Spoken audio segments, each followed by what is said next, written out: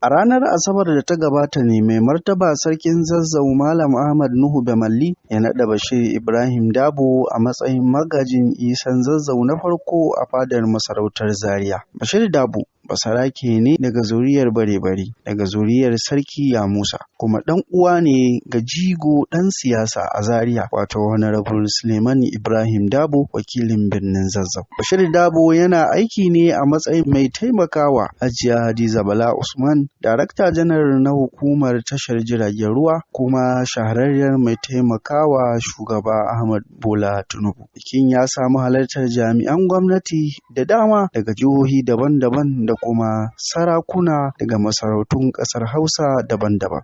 Mai Martaba Sarkin Kano Muhammad Sunusi na biyu ya caccaki Najeriya kan yadda ake mai da hankali kan ƙabilanci da addini maimakon ci gaba kamar fasahar AI da sauyin yanayi da sauran ƙasashe ke tattaunawa a kai. Ya bayyana hakan ne a Kano International Poetry Festival, inda ya yi kira ga matasa su farka su karɓi ragamar shugabanci daga tsofaffin shugabanni. Sarki Sunusi ya kuma gargaɗi gwamnati kan yawan karɓar bashi da kuma kashe kuɗaɗe ba tare da tunani sakamako nan gaba ba. Usman Suleiman Zaria, Aminci TV.